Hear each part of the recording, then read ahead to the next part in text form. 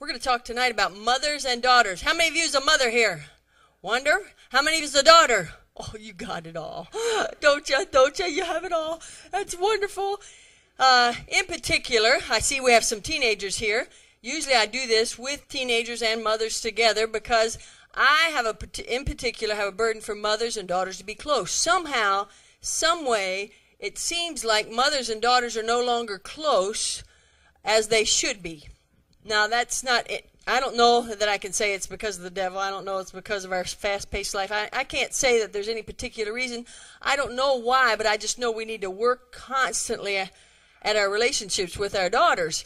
So, to start us out, I'd like to get some ideas from some people about what's the sweetest memory you have with your mother. You might be an adult that, is just going to say something about a mother that maybe that's not here, or you might be a teenager and you'd like to say something about a mother that's here with you right now. So anybody want to share an idea of something, a sweetest memory you've had with your mother? Anybody? Yes, ma'am? Right. And to comfort her and help her. So she's saying that her mother usually is there for her and helps her in hard times, but in this last year her mother had a hard time and she was able to be there for her mother. So that's a wonderful, wonderful thing. Good. Anybody else got something you'd like to share?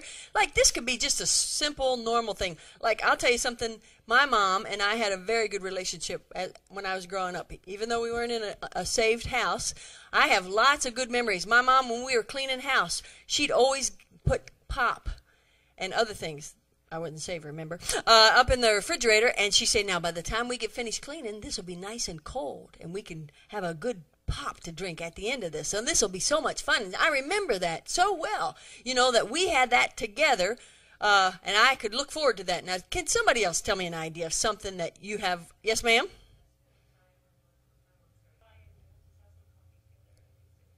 So when she was on her way to school, she'd stop. Her mom told her to stop by, and they'd just sit and talk to each other. That's good. That's wonderful. That's the kind of things I'm looking for. Yes, ma'am. Oh, they always had a nice time going grocery shopping together. That's good. That's really good. Now, the thing I'd like to point out to you about all the things that people are talking about here, none of it involves any money. Somehow we've gotten the opinion now that we have to do things for people in order for them to think we're having a special time together. How many times do I go to a store and I see parents going up and down the toy aisle? It's not even, you can tell it's not Christmas or a birthday. It's just something they want to do for their kid. And I really believe, can I be honest with you, in this fast-paced society, I believe they have such guilt feelings about not spending time together that they constantly feel like they have to buy things for the kids to help entertain them and make them feel good. My mom takes care of me because she buys me things. When they grow up, though, I don't think they're going to say, I remember my mom always taking me to Walmart and buying me toys. I don't think they're going to say that. So you see, we want memories.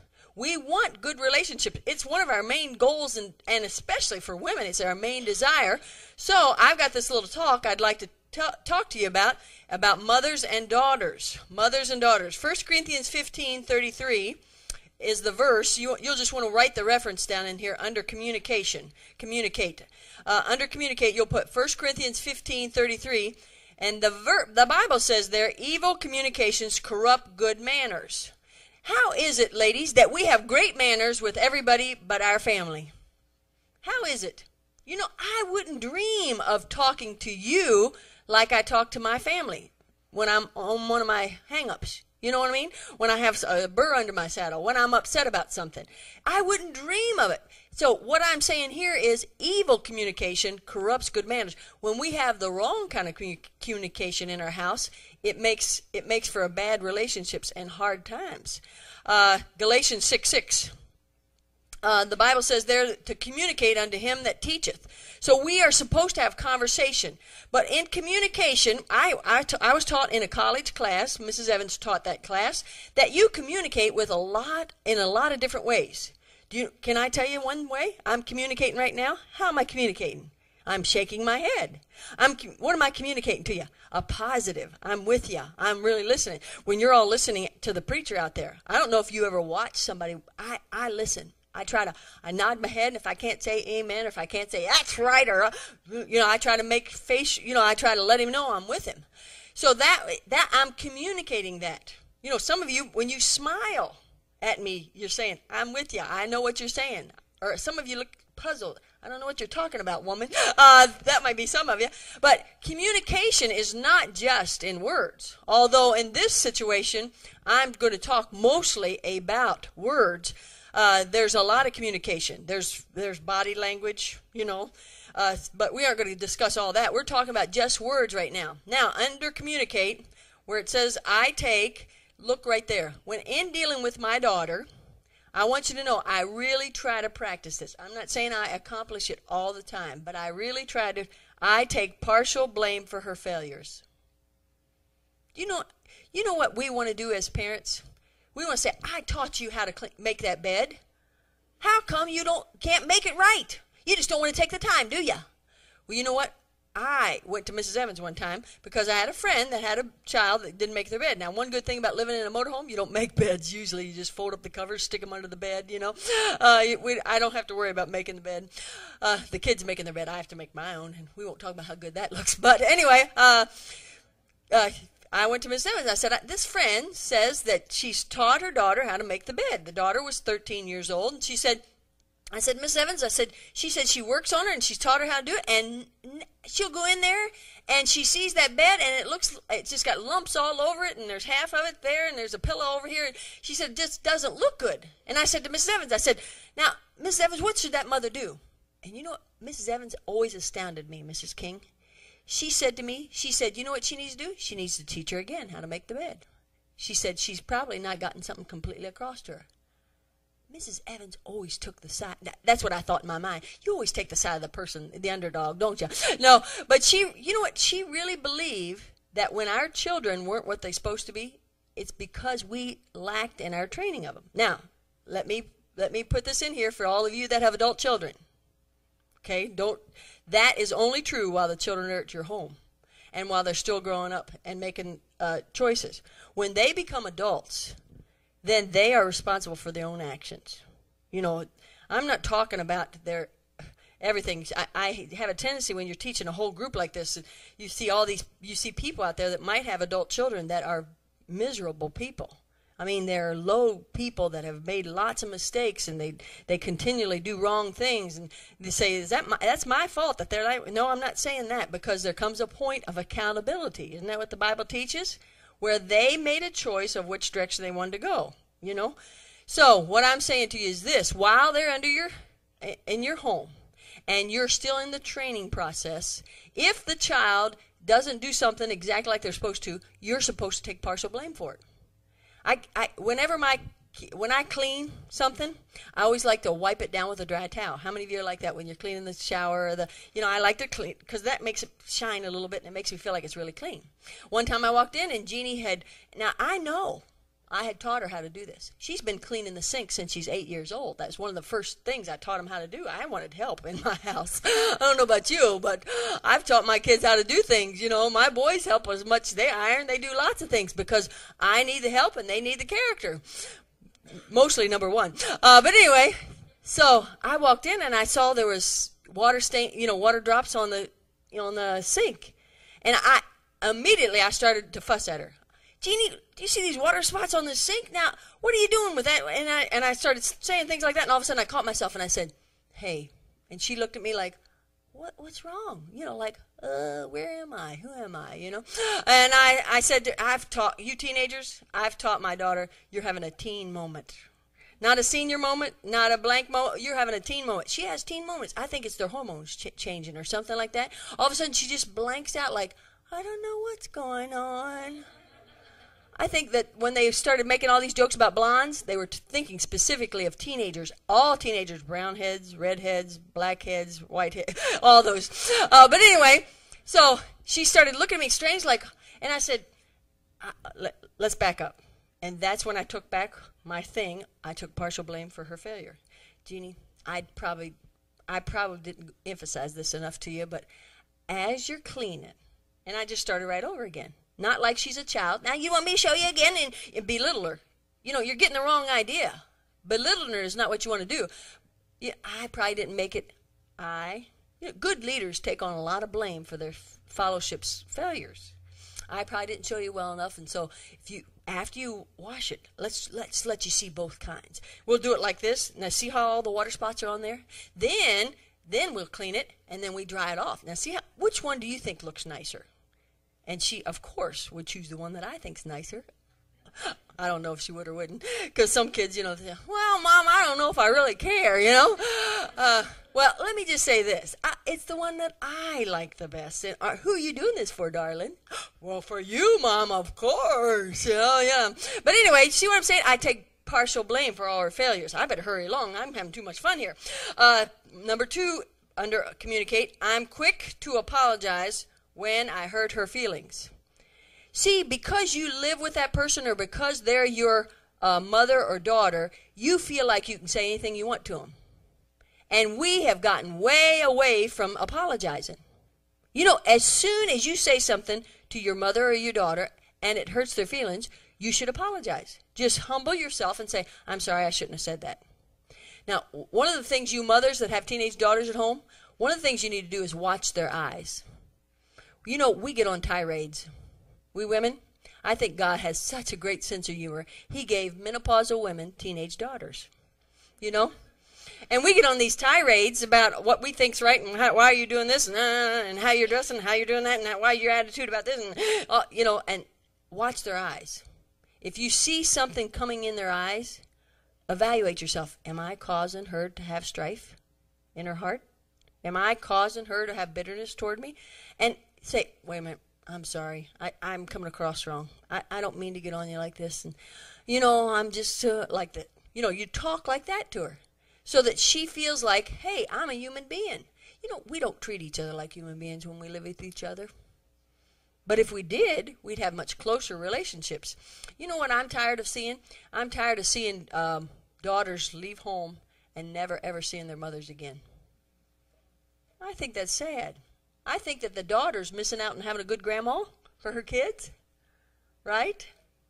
And I think that the daughter is missing out on having a good relationship with her mother. And I really believe that we are made to continue a good relationship with our parents as much as we can. Now, I realize there's extenuating circumstances in every situation. I'm making a blanket statement here. Moms, why don't they talk to you? Moms, this is for you. Why don't young people talk to you? They're afraid of your reaction. Mrs. Evans used to teach on this a lot, and she'd say, listen, if you take a girl out shopping, and she starts looking at something that looks a little floozy. You all use that word floozy around here. You know what floozy means? That kind of a floozy. And aren't we afraid of our daughters looking floozy? Especially with all the abductors around. I got an email today, 9 things to keep people from abducting you. I'm thinking, why do we have to even send things like this? But we do, don't we? So, whenever she pulls something out that looks a little bit like this, Mrs. Evans said, you know what, don't react to it. Just sort of, yeah, that is a good color. Find something good about it, and she'll get the idea without you going into your little spiel about why that looks like people that wear that are hussies and, all the things you want to say. Another thing that they're afraid of reaction with, they love to notice good-looking boys. Do you ever notice that about girls? Now, do you teenage girls, you're in here, do you look at boys? I used to look at him, but I only got one boy I'm supposed to look at now, I still think he's a good-looking boy. But we'll be sitting in a restaurant. I was in a restaurant, I think it was a sizzling steakhouse. And this boy come up and waited. He was waiting on us, and he had a little bit long hair. He's not, he didn't come to a Baptist church, You could tell. But I said, when he walked away after getting our drink order, I said, Jeannie, pretty good stuff, huh? Like that, and she went, oh, Mom, like that, But, I didn't want her to think that. I just think as soon as she says he's good looking, that she's going to run off and get married with him. Isn't that way we live in fear so much, and that's why we react. But you don't need to react. If you have a good relationship with your daughter, you know what'll happen? She'll want to please you, and there'll be no fear of her running away like that. Really, we need this desperately. Okay, afraid of your reaction, already know how you feel. She already knows how you feel about things, so why even ask your opinion about things? You have made it very clear what your opinion is. You're like me. Have opinion, will travel. And you love to give your opinion. Right? Amen, amen. So, she already knows how you feel about things. Afraid, this is a big one, afraid you will tell other people. Look, some of us need to learn how to be confidential. Teenage girls don't want to tell their mom something and then hear somebody else talking about it that they heard from you. Even if it's something good, they don't. If they tell you something, they ask you to keep it between you and them. I wish you could do that. Now, and I'm not talking about keeping secrets from Dad. You know, like, we'll go buy this, and we'll put it under the bed, and a few weeks we'll pull it out and act like we've had it forever. You know, I'm not talking about secrets like that. You know, that's teaching her how to do wrong and be sneaky. And I believe there's something about sneakiness that's a sin, but I'm not talking about that. You know, if she's going to tell you something that she's done wrong, say, now, let me just warn you, if this is something that Dad should know about, I feel like I'm going to have to tell him. You know, but you and I'll go together and we'll talk to him about it. That's how you can talk about that. But afraid you'll tell other people, she doesn't feel accepted by you. Now, look, there's a fine line. I remember, I'll just be very transparent with you about this. My daughter, Jeannie, was a very shy girl growing up. She's one of those kids when they're 2 years old that when you said hi to her, she'd go hide behind your, you know, like hide behind your skirts, you know, like, and could grab your leg and almost knock you over. You know what I'm saying? And we felt like, this was our preference, we felt like we didn't want a child to grow up shy because we've talked to a lot of people that are shy. Kevin and I, neither one of us are shy. There's not a shy bone in our body. But we've talked to lots of people, and they feel like, as an adult, it's a hard thing to overcome. Anybody that's shy would agree with me on that? Well, good. Thank you for giving me that vote of confidence. So it's a hard thing to overcome as an adult, so we felt like we had to work on it when she was a child. So we started teaching her how to talk to people, you know. When somebody comes up to you and says, oh, you got pretty hair, you say, thank you. And we'd have her practice. All the way to church, I'd say, you got pretty hair. Thank you. Who made your dress? Grandma. You know, I'd go over things like that with her so she knew what to say, because most of the time shy people are shy because they don't know what to say. They're so self-conscious, they're afraid to say the wrong thing, right? So I'm saying I'm going somewhere with this story. So we worked on this with Jeannie to the point where now I'm beginning, at her age now at 18, I'm beginning to wonder if I made her feel like because she's a shy person, she's not as good as me, as an outgoing. There's a place in our universe for shy people. We need you slow-moving, shy people because you keep all the rest of us straight, you know? So this is what I'm saying to you. There's got to be a fine balance between acceptance of the individual and training them out of character flaws. It's very important for the child, you to help your child understand. Now, I just think that this will be a help to you. And if you only, like, what I've needed to emphasize to Jeannie is you're this way in your personality. And if we can grow out this much by the time you're 18, that's pretty good. And probably by the time you're 40, you might go out a little bit more. But you'll never be out here with Mom. And I wouldn't want you to. It'd be ugly for you to be like me. You know, her walking around going, oh, like that. That wouldn't be good. See? So acceptance. It's very important for you to make sure that to your child that you accept them. Now, for you teenage girls, listen to this. Why don't you talk to them? Listen to this. You think you know more than they do. I'm sorry to tell you this, but you don't. You know, and it'd be very good for you to just swallow your pride and ask questions and take whatever your parents have to say. I just talked to a lady that's my age. She took her daughter yesterday to a children's home. You know, a girl's home. And you know what she said to me? She said, this goes way back to my teenage years. She said, my parents, the man I married, my parents didn't want me to even date him. And I thought he would change, and I thought he would. And you know what happened? She married him, and he's no good, and her teenage daughter's still looking for manly attention. And now she had to take her. I helped her try to find a girl's home to go to, and she took her to it yesterday. Broke my heart all day yesterday. I was heavy thinking about her having to take her daughter there. But you know what? She says she's reaping what she sowed from not listening to her parents. Look at this. You know you are wrong. Some teenagers will not talk to their parents about things because they know they're wrong. Why should I talk to them about it? I know I'm wrong, but I don't care. I want to do what I want to do. Next one. Your mom is behind the times. Basically, If you think that your mom is behind the times, basically, let me tell you this, it's just your attitude. You just don't really care and admire and honor your mother like you should. So communicate. I better run along. Let me just watch how you communicate, ladies. Like, take for instance, if you're working on your daughter, how many of you have daughters at home right now? If you're working on them in the bathroom, do you have problems with them taking too long in the bathroom? Oh, 1 hour, 2 hours. No, I'm kidding. But sometimes, if it's a situation you're working on in their life, suppose it's they're in the bathroom too long. Instead of you saying, "Look, you've been on the bathroom 1 hour already. Can you get out of there now? There's other people in this house that need that bathroom." Go into one of your tirades about it. Instead of saying that, say, "You know what? I'm going to help your husband be a happy husband."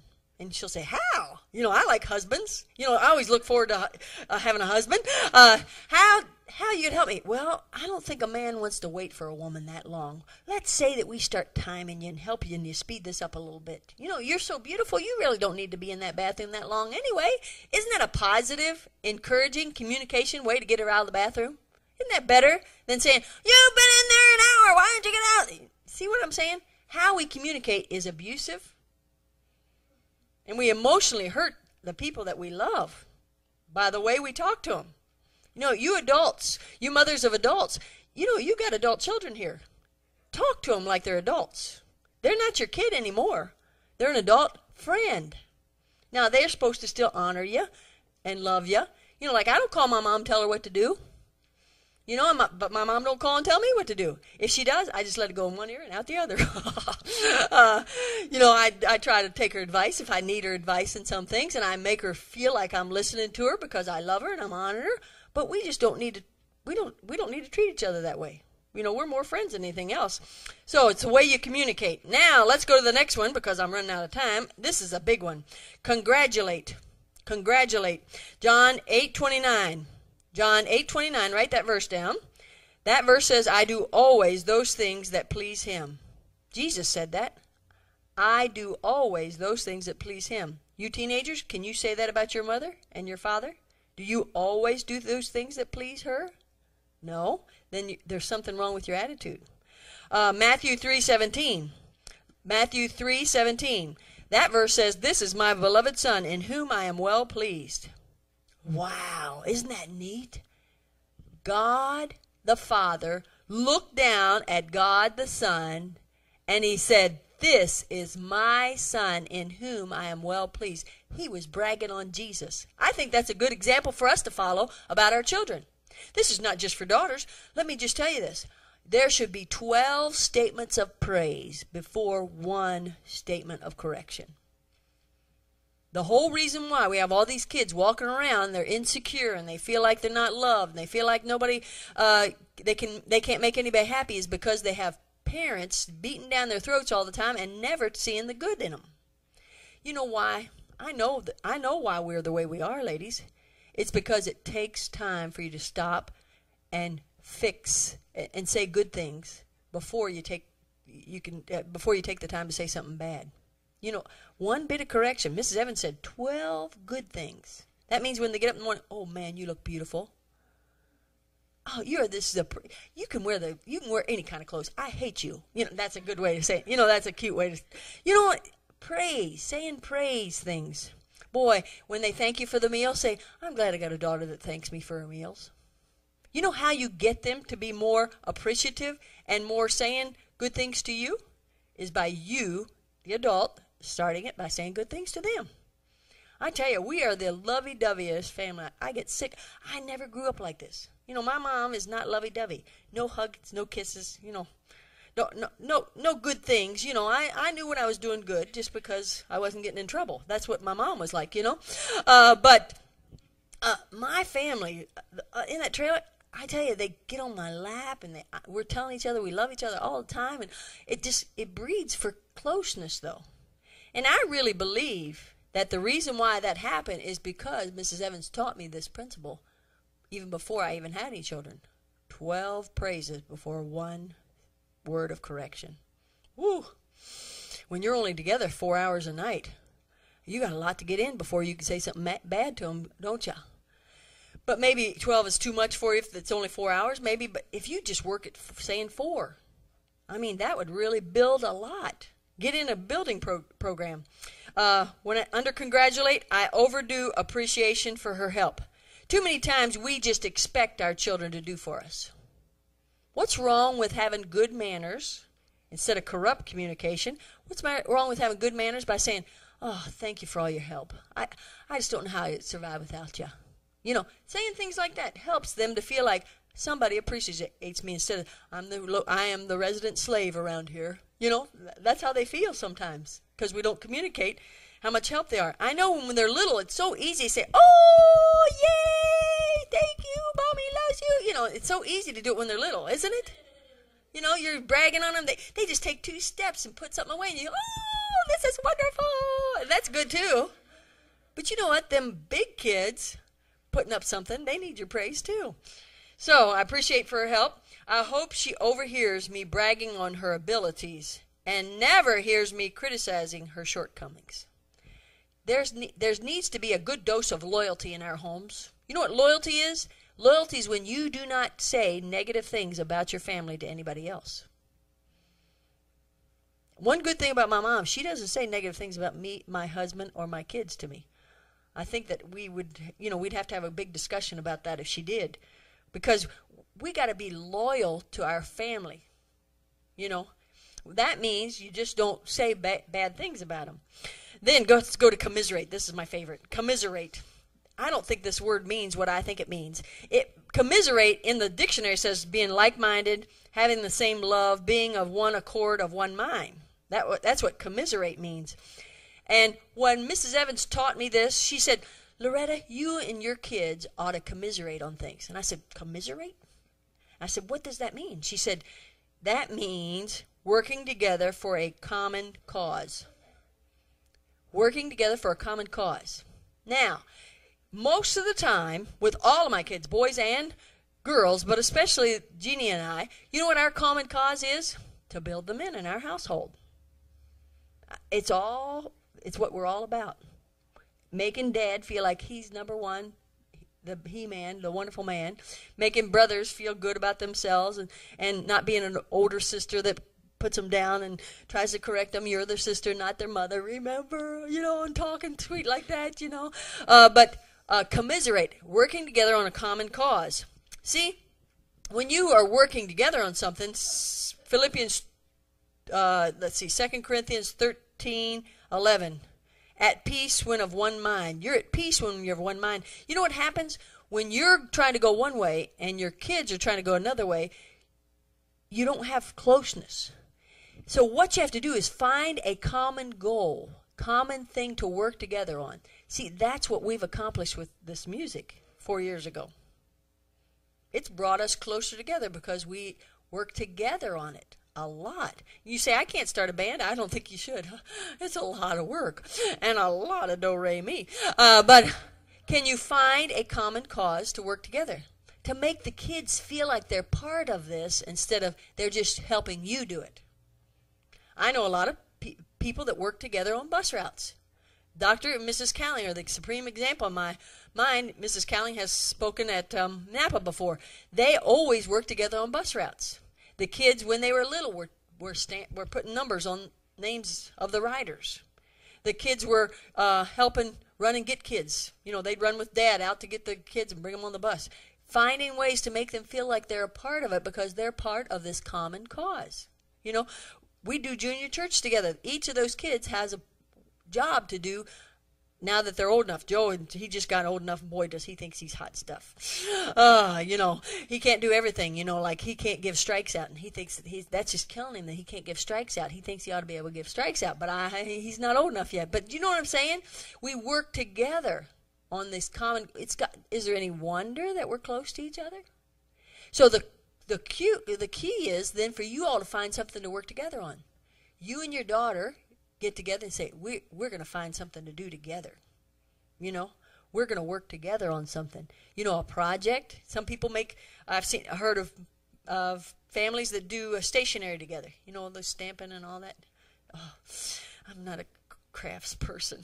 Oh, that would torment me and torture me. You don't have to cut all that stuff out and do this stamping. I'd stamp my head. I don't know. But anyway, a common cause. You need to find something that you all work together on, and that would help you draw closer to each other. Commiserate. Look, down there, I ask her help rather than demand her service. I ask for help rather than... This is part of working together, when you ask each other. I really thought about doing this talk I give about nobody likes a bossy woman. We just spit things out so, readily instead of asking. That's one of the main points in there. Asking instead of making direct statements. Ask a lot of questions. You can seem like a sweet, wonderful, meek, quiet woman by asking questions instead of making your own statements. Asking. Give her options to help her independent spirit. Give her options to help her independent spirit. Instead of saying, you take this job and I'll do this and this, say, now this is what needs to be done. Which one of those would you like to do? That makes her feel like she's not just this little kid you're bossing around. Right? So, in commiserate, as part of commiserate, that means you need to laugh together. Moms, when's the last time you really had a good belly laugh with your daughter or kids? Just laughing about something silly.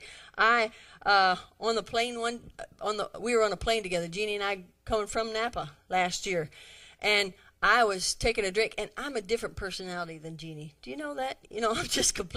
I'm a little bit far out, and I think I embarrass her sometimes, I don't mean to, it's not like I plan it. It just, things happen to me that I don't plan. And so I was taking a drink out of a bottle of Coke, Diet Coke, and I just left the bottle up like this, and it was empty, and I just started shaking it around like this, trying to get the last drop out. And she goes, Mom, there's people all around here.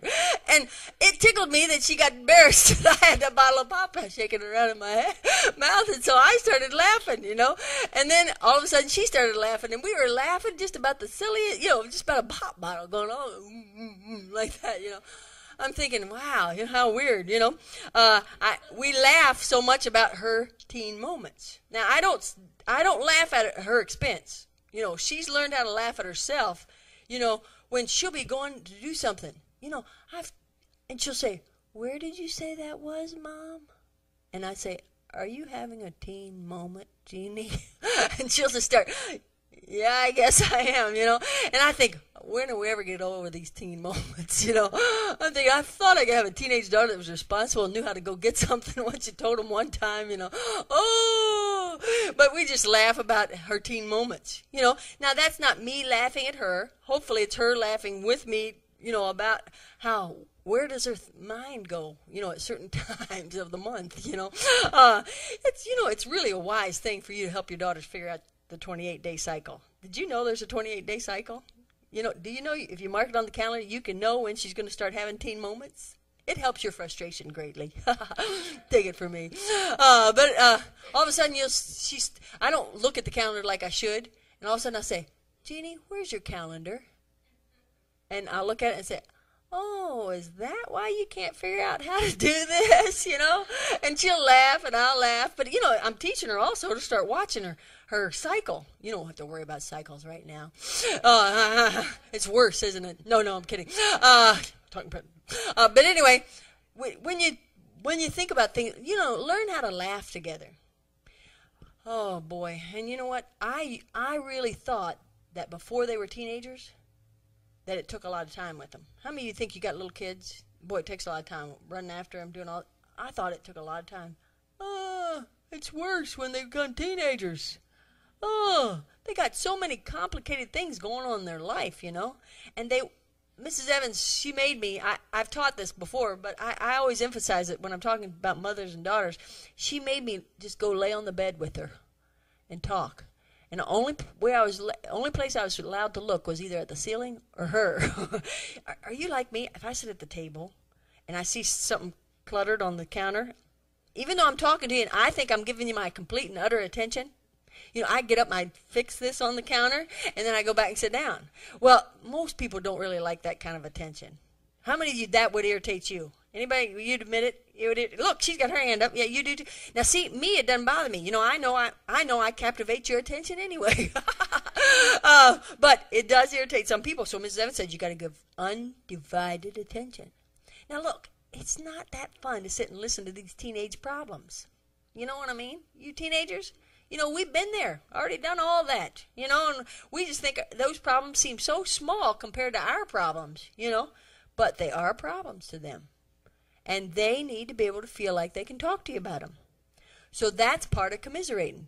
It's talking, it's working together on a common cause, it's laughing together, and it's talking together. A lot of talking. You know what happens after they get grown? You say, where did the time go? You know what? It's because you didn't talk enough. Where was she thinking this? How is it that she just ran off? Well, you didn't know what she was thinking.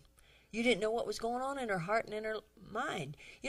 Mrs. Evans said sometimes with your teenagers, if they're not used to talking to you, what you do is you just go out and you just sit and you just look at each other till she starts talking. It gets pretty uncomfortable, doesn't it? But eventually she'll know you mean business, that you're going to talk. You're going to listen. Now, a lot of people, when they talk, you know what they do? They talk. You know what, as a mother, you know what most of my talking is? Listening. 90% of it's listening. Just letting her talk through situations in life and letting him. Now I'm doing it with KW, and it's so much fun, to hear boy sides of things, But talking, it's important. That's a very, very important part of the commiserating. Now, those three things: communication, congratulation, commiserate. Do you want to be close to your family? Do you want to be close to your daughter? This could apply to sons too. Any one of these things that you could do to help your life be better, it'd be great that you take it on. Father, thank you so much for these ladies. I pray that you'll bless them in a special way. Thank you for these things that you've taught me. Thank you for Mrs. Evans who taught these things to me. I pray now, Lord, that it'll be special in their heart and that you'll help them to be able to do it. Help them to find a way to communicate, to commiserate, and to congratulate. Help them to find ways to say positive things. And we'll give you the praise in Jesus' name. Amen. Now, don't get up. Don't go. I, on purpose, wanted to stop. I kept looking at my watch because I wanted to stop 5 minutes early. This is such an effective talk when you talk back to me. Meaning that you say, Loretta, I need to go home and do this in my relationship. You don't need to go into great details. You need to go home and say, I need to go home and say more positive things. This is a great talk for you to immediately make a decision of one thing. Look, you're like me. You really think you can do 2 or 3 things at one time, but you need to concentrate on one thing right now. What one thing in this talk God spoke to your heart about and you need to change in a relationship? Anybody got something you could share? Yes, ma'am? Saying positive things. Wonderful. Thank you. That's good. Anybody else got something? Yes, ma'am? Did you even realize how negative you talk? Not most of us don't.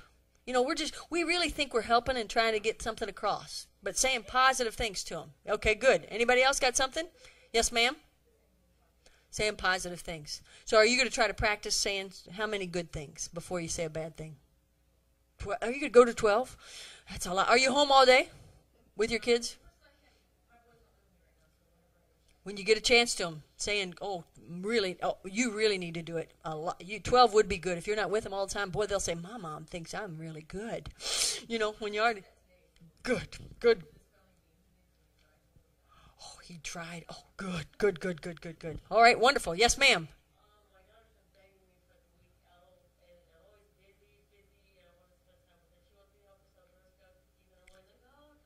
Who wants to go stand on the corner and sell good Girl Scout cookies?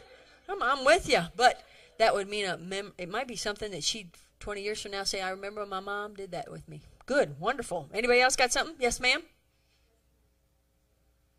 What'd you say? Listening more. It's very important. Mrs. Evans told me when my kids were 2 years old and they were fussy, sometimes she said, just put them on your lap and let them go. You're teaching them how to communicate to you. I didn't understand what they were saying. I thought they were stupid. If anybody got a video camera of me and that kid going, they think I was. But she thinks that they need to really be able to talk to us and feel like they can say anything to us. Good. Wonderful. Thank you so much for your attention. I think this is time for us to close.